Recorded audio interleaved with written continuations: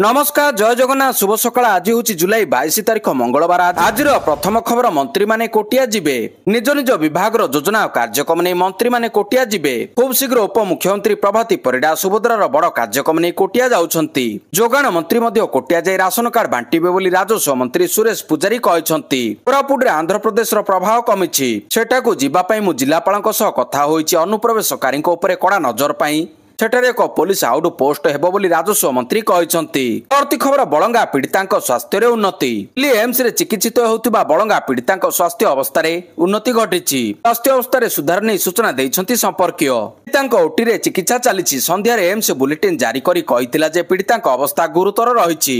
तेबे स्वास्थ्य अवस्था रे उन्नति आसिछि। पीड़िता को भुवनेश्वर एम्स रु दिल्ली एम्स को एयरलिफ्ट करा जायतिला। परवर्ती खबर जस्टिस जसवंत वर्मा विरोध में चलिबो महाभियोग प्रक्रिया। प्रस्ताव पर 207 सांसद कले समर्थन। जस्टिस जसवंत वर्मा विरोध में महाभियोग प्रस्ताव आनिबा पई संसद रे संसदर मौसुमी अधिवेशन रे प्रक्रिया आरंभ होईछि। लोकसभा बाचस्पति ओम बिर्ला को 145 सांसदों दस्तखत थिबा स्मारक पत्र दिया जायछि। एथिरे जस्टिस वर्मा विरोध में महाभियोग प्रस्ताव आनिबा पई सुपारिश करा जायछि। सेहिपरि राज्य अध्यक्ष जगदीप धनखड़ को 54 सांसदों समर्थन थिबा पत्र दिया जायछि। अपराह्न 2 रे विरोधी दलर नेता लोकसभा बाचस्पति ओम बिर्ला को भेटिथिले और महाभियोग प्रस्ताव को समर्थन जणाई पत्र देइथिले। यह पूर्व संसदीय व्यापार मंत्री किरण रिजिजू रविवार कहिथिले जे 100 रु अधिक सांसदों दस्तखत होई सारिछि। जस्टिस वर्मा विरोध में महाभियोग प्रस्ताव अणाजिबा दरकार बोली एई सांसद मानक मत रहिछि। परवर्ती खबर भारतीय सेना को मिलिबो उड़ंता साथी आसुची केड्स योद्धा बिना पायलट रे हेबो mission. Hindustan Aeronautics Limited CATS Warrior नामक एक स्वतंत्र ड्रोन विकसित करुछि जहा एक मानवहीन युद्ध विमान। सूत्र अनुसार यह खूब शीघ्र यार प्रथम कम स्पीड टैक्सी परीक्षण ପାଇଁ प्रस्तुत अछि। केड्स वारियर को एपरि भाव रे डिजाइन करा जायछि जे यह युद्ध विमान सहित मिसी शत्रु उपर आक्रमण करि परिबो। परवर्ती खबर ओडिशा हाईकोर्ट रो विचारपति भावे जस्टिस मानस रंजन पाठक शपथ ग्रहण। ओडिशा हाईकोर्ट रो विचारपति भाव सोमवार दिन जस्टिस मानस रंजन पाठक शपथ ग्रहण करिसंती। आईन मंत्री पृथ्वीराज हरिचंदन एडवोकेट जनरल पीताम्बर आचार्य एवं अन्य मान्यगण व्यक्ति उपस्थिति रे मुख्य विचारपति हरीश टंडन जस्टिस मानस पाठक को शपथ पाठ कराइथिले। जस्टिस पाठक पूर्व गुवाहाटी हाईकोर्ट रो विचारपति थिले। सुप्रीमकोर्ट मे मासरे तांको ओडिशा हाईकोर्ट को स्थानांतर करिबा पई सुपारिश करथिले। केंद्र आईन मंत्रालय जुलाई 14 रे तांकर स्थानांतरण नै सूचित करथिले। तेबे तांको योगदान सहित ओडिशा हाईकोर्ट रो कार्य क्षमता 20 को वृद्धि पाइछि।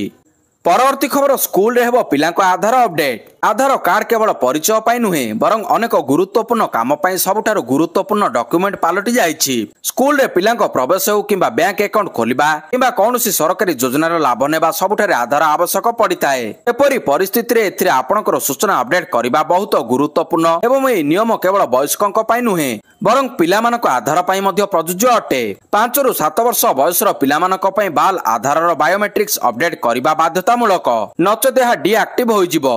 एबे यूआईडीएआई एई काम को सहज करिबा पय एक बड़ योजना प्रस्तुत करछि जहां अधीन रे बाल आधार अपडेट करिबा पय आधार केंद्र को जिबार आवश्यकता रहिबो नाही एवं एई गुरुत्वपूर्ण काम तांको स्कूल रे ही करा जिवो। परवर्ती खबर जोगाण मंत्री को बड़ घोषणा प्लास्टिक नुहे बरं काच बोतल रे तेल देई परिबो petrol pump. Baleshwar Fakirmohan college घटना पर राज्य जोगाण विभाग एक बड़ निर्देशनामा जारी करथिले। एथिरे कुहा जाउथुला कि कोनोसी पेट्रोल पंप ग्राहक मानकु बोतल रे तेल देई परिबो नाही। हेले 2 दिन परे निर्देशनामार परिवर्तन करिछि जोगाण विभाग। जोगाण विभाग मंत्री कृष्णचंद्र पात्र कहिसंती पेट्रोल पंप गुड़िक प्लास्टिक बोतल नुहे बरं काच बोतल रे ग्राहक मानकु पेट्रोल और डीजेल देई परिबे। जोगाण मंत्री को नुआ निर्देश मुताबक प्लास्टिक रे पेट्रोल बिक्री हेबो नाही। जे माने नीति विरोध रे जिवे सेमानक ऊपर एक्शन निया जिवो। रास्ता घाट रे प्लास्टिक रे पेट्रोल बिकिले कार्यानुष्ठान हेबो। बाहर बिक्री रोकिबा पई चढ़ाऊ हेबो। पेट्रोल पंप संघ जोगाण मंत्री बैठक पर निष्पत्ति निया जायछि। एने समस्त जिलापाल को निर्देश मध्य दिया जिवो। अधिकारी को निर्देश बाहर बिना लाइसेंस रे पेट्रोल बिक्री कले व्यवसायी को लाइसेंस बातिल करा जिवो। परवर्ती खबर केरल पूर्वतन मुख्यमंत्री अच्युतानंदन परलोक 101 वर्ष रे नेले शेष निश्वास। केरल पूर्वतन मुख्यमंत्री तथा वरिष्ठ मार्क्सवादी नेता बीएस अच्युतानंदन 101 वर्ष बयस रे परलोक होईछि। सीपीआईएम पक्षरु सूचना मिलिछि तांको वियोग रे केरल तथा देशर राजनीतिक महल रे शोकर छाया खेली जाइछि। खबर मुताबक अच्युतानंद दीर्घ समय धरी रोगग्रस्त रहिथिले। 101 वर्षीय अच्युतानंद 23 जून रे हॉस्पिटल रे भर्ती होइतिले। 2021 रे प्रशासनिक सुधार समिति अध्यक्ष पदरु इस्तीफा देबा परे थिरुअनंतपुरम रे रहुतिले। एलिकाथु शंकरन अच्युतानंद जी वीएस नाम रे बेस परिचित ନିର୍ବାଚିତ ଥିଲେ। 2006 ରୁ 2011 ପର୍ଯ୍ୟନ୍ତ କେରଳର ମୁଖ୍ୟମନ୍ତ୍ରୀ ଭାବରେ କାର୍ଯ୍ୟ କରିଥିଲେ। ସେ କେରଳରେ 2 ଥର ମୁଖ୍ୟମନ୍ତ୍ରୀ ରହିଛନ୍ତି। ପରବର୍ତ୍ତୀ ଖବର, ରାଜ୍ୟପାଳଙ୍କୁ ଭେଟିଲେ ମୁଖ୍ୟମନ୍ତ୍ରୀ। ରାଜ୍ୟପାଳଙ୍କୁ ଭେଟିଛନ୍ତି ମୁଖ୍ୟମନ୍ତ୍ରୀ ମୋହନ ଚରଣ ମାଝୀ। ରାଜଭବନରେ ରାଜ୍ୟପାଳଙ୍କୁ ସୌଜନ୍ୟମୂଳକ ସାକ୍ଷାତ କରିଛନ୍ତି ମୁଖ୍ୟମନ୍ତ୍ରୀ ମୋହନ ଚରଣ ମାଝୀ। ଉଭୟଙ୍କ ମଧ୍ୟରେ ସାକ୍ଷାତ ଆଲୋଚନା ସୌଜନ୍ୟମୂଳକ ଥିଲା ବୋଲି କୁହାଯାଉଛି। ଗୁରୁତ୍ୱପୂର୍ଣ୍ଣ କଥା ହେଲା, ଗଲା କିଛି ଦିନ ମନ୍ତ୍ରିମଣ୍ଡଳ ସମ୍ପ୍ରସାରଣ ହେବା ନେଇ ଚର୍ଚ୍ଚା ଜାରି ରହିଥିବା ବେଳେ ମୁଖ୍ୟମନ୍ତ୍ରୀଙ୍କ ଭେଟଘାଟ ଚର୍ଚ୍ଚାକୁ ଆହୁରି ଖୋରା ଯୋଗାଇଛି। ପରବର୍ତ୍ତୀ ଖବର, ସଂସଦରେ ପ୍ରଧାନମନ୍ତ୍ରୀଙ୍କ ଉଦ୍ବୋଧନ। ସଂସଦର ମୌସୁମୀ ଅଧିବେଶନ ପୂର୍ବରୁ ପ୍ରଧାନମନ୍ତ୍ରୀ ମୋଦିଙ୍କ ଉଦ୍ବୋଧନ। ମୋଦି କହିଛନ୍ତି, ମୌସୁମୀ ବର୍ଷା ଦେଶ ପାଇଁ ଗୁରୁତ୍ୱପୂର୍ଣ୍ଣ। ଏବେ ଦେଶର ପାଣିପାଗ ବହୁତ ଭଲ ରହିଛି। ଚଳିତ ବର୍ଷ ଯେତିକି ବର୍ଷା ହୋଇଛି ଦେଶର ବିକାଶ ପାଇଁ ଲାଭ ହେବ ବୋଲି କହିଛନ୍ତି ପ୍ରଧାନମନ୍ତ୍ରୀ। କୃଷି କାର୍ଯ୍ୟ, ଗ୍ରାମୀଣ ଉନ୍ନତି, ଜଳଭଣ୍ଡାର ସବୁ ପାଇଁ ବହୁତ ଭଲ। ସେହିପରି ଅନ୍ତରାଷ୍ଟ୍ରୀୟ ସ୍ପେସ୍ ଷ୍ଟେସନରେ ଭାରତର ତ୍ରିରଙ୍ଗା ଉଡ଼ିବା ଦେଶ ପାଇଁ ଗୌରବ ଅଟେ। ଦେଶର ଅର୍ଥନୀତି ନେଇ ମୋଦି କହିଛନ୍ତି, ଖୁବ୍ ଶୀଘ୍ର ବିଶ୍ୱର ତୃତୀୟ ଅର୍ଥନୀତି ହେବ ଭାରତ। 2014 ପୂର୍ବରୁ ମହଙ୍ଗା ସ୍ଥିତି ନେଇ ଦେଶବାସୀ ନାନା ସମସ୍ୟା ଭୋଗୁଥିଲେ, ହେଲେ ବିଜେପି ସରକାରକୁ ଆସିବା ପରଠାରୁ ଅର୍ଥନୀତିରେ ଅଭିବୃଦ୍ଧି ହୋଇଥିବା ମୋଦି କହିଛନ୍ତି। ଅପରେସନ ସିନ୍ଦୁରରେ ଭାରତୀୟ ସେନାର ଶକ୍ତି କଥା ମଧ୍ୟ କହିଛନ୍ତି ମୋଦି। ସେପଟେ ସଂସଦରେ ଉଠିଲା ଏଫ୍ଏମ୍ କଲେଜ ପ୍ରସଙ୍ଗ। ବାଲେଶ୍ୱର ଫକୀରମୋହନ ଏଫ୍ଏମ୍ ସ୍ୱୟଂଶାସିତ ମହାବିଦ୍ୟାଳୟର ଜଣେ ଛାତ୍ରୀଙ୍କ ଘଟଣାକୁ ନେଇ ଓଡ଼ିଶା ରାଜନୀତି ସରଗରମ ହେବା ସହ ଏହାର ପ୍ରତିଧ୍ୱନି ଭାରତୀୟ ସଂସଦରେ ମଧ୍ୟ ଶୁଣିବାକୁ ମିଳିଛି। ଏହି ସମ୍ବେଦନଶୀଳ ପ୍ରସଙ୍ଗରେ ତୁରନ୍ତ ଆଲୋଚନା ପାଇଁ ଦାବି ହୋଇଛି। କୋରାପୁଟ ସାଂସଦ ସପ୍ତଗିରି ଉଲ୍ଲାକା ସୋମବାର ଦିନ ସଂସଦରେ ଏହି ପ୍ରସଙ୍ଗ ଉଠାଇ ତୁରନ୍ତ ଆଲୋଚନା ପାଇଁ ଦାବି କରିଛନ୍ତି। ଛାତ୍ରୀଙ୍କ ଘଟଣା ରାଜ୍ୟରେ ରାଜନୈତିକ ଝଡ଼ ସୃଷ୍ଟି କରିଥିବା ବେଳେ ଏହାକୁ ସଂସଦରେ ଉଠାଯାଇଛି। ପରବର୍ତ୍ତୀ ଖବର, ରାଜସ୍ୱ ମନ୍ତ୍ରୀଙ୍କ ବଡ଼ ବୟାନ। ଦଲାଲ ମୁକ୍ତ ହେବ ରେଜିଷ୍ଟ୍ରି ଅଫିସ। ଦଲାଲ ମୁକ୍ତ ହୋଇନି ରେଜିଷ୍ଟ୍ରି ଅଫିସ। ଲୋକଙ୍କ ଠାରୁ ପଜିଟିଭ ଫିଡବ୍ୟାକ୍ ଆସିଛି, କିନ୍ତୁ କିଛି ଅବ୍ୟବସ୍ଥା ରହିଛି। ଆଇଜିଆର ଅଫିସରେ ଏକା ସାଙ୍ଗରେ ଭିଡ଼ ହୋଇଯାଉଛି।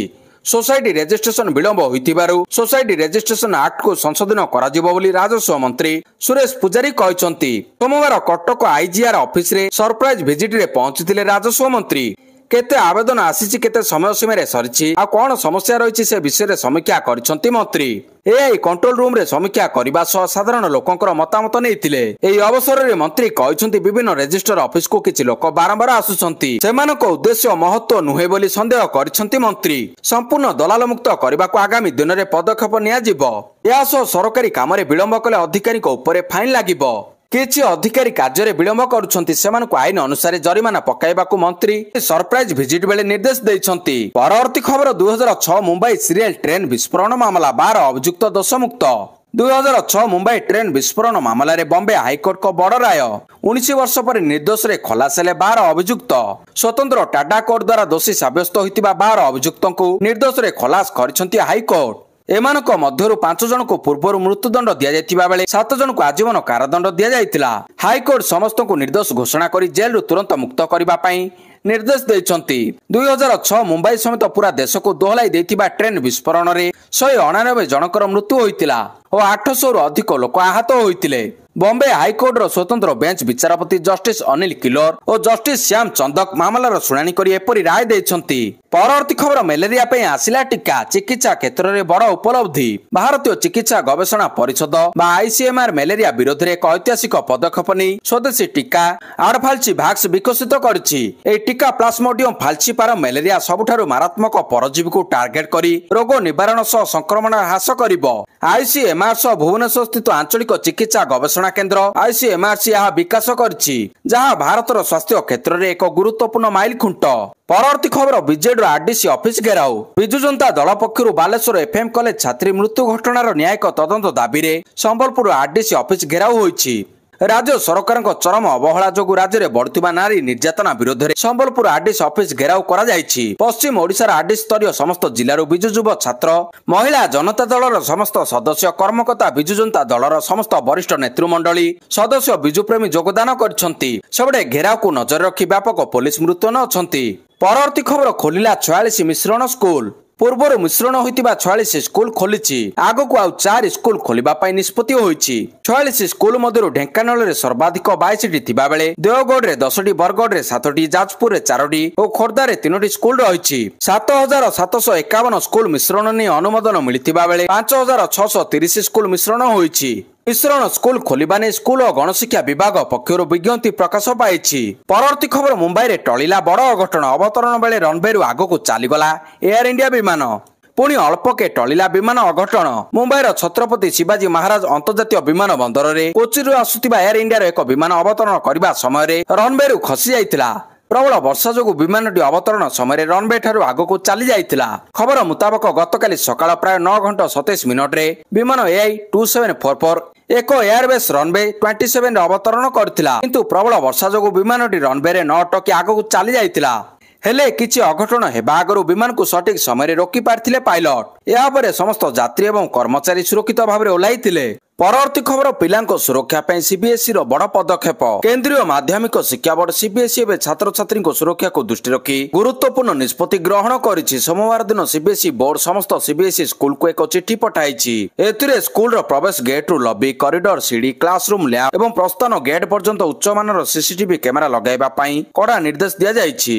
सीबीएसई कहिछि जे बाथरूम एवं शौचालय व्यतीत स्कूल रो समस्त प्रवेश द्वार प्रस्थान द्वार लॉबी कॉरिडोर सीढ़ी श्रेणी गृह lab library canteen store room खेल पड़िया ऑडियो वीडियो रेकॉर्डिंग सहित उच्च मानर सीसीटीवी कैमेरा लगाइबा को पड़िबो। या सो स्कूल गुडी को अति कम रे 15 दिन रेकॉर्डिंग रखिबा को पड़िबो, जहा द्वारा आवश्यक समय यहा को व्यवहार करा जाय परिबो। सीबीएसई समस्त स्कूल को यहा को कड़ाकड़ी पालन करबा को कहिछि। परवर्ती खबर विश्वभूषण हरिचंदन पाइबे उत्कल रत्न सम्मान।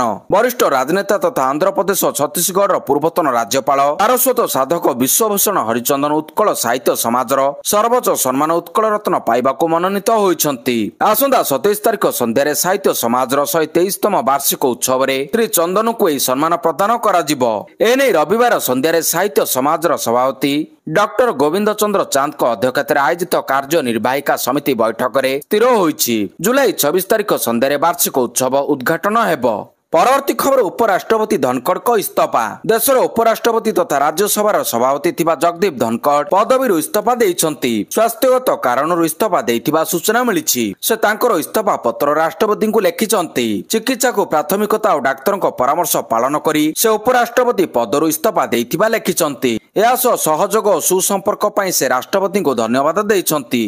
केवल सेतिक नुहे प्रधानमंत्री और मंत्रिमंडलर सहयोग पई से कृतज्ञ बोली उल्लेख करछन्ति। 2022 रे से 14तम उपराष्ट्रपति भाव में शपथ नेइथिले। 2022 अगस्त 6 रे होइतिबा उपराष्ट्रपति निर्वाचन रे से विरोधी मेंटर प्रार्थी मार्गरेट आलुआ को पराजित करथिले। मोट 725 भोट धनखड़ को 528 टी भोट मिलिथिला और तांको विरोधी प्रार्थी को मात्र 182 खंड भोट मिलिथिला। परवर्ती खबर शिक्षानुष्ठान रे खसिला विमान। बांग्लादेश वायुसेनार तालीम विमान गतकाली अपराह्न 1:10 मिनिट रे ढाका उत्तरा अंचल रे थिबा माइलस्टोन स्कूल एंड कॉलेज परिसर में दुर्घटनाग्रस्त होइछि। एई भयावह दुर्घटना रे वर्तमान सुधा 19 जनकर मृत्यु होइतिबा बेले 100 रु अधिक आहत होइछन्ति। विद्यालय रे पाठपढ़ा चलितिबा बेले विमानटी खसी पड़ितिला, जेउथिरे प्राय 2000 छात्र छात्री उपस्थित रहितिले।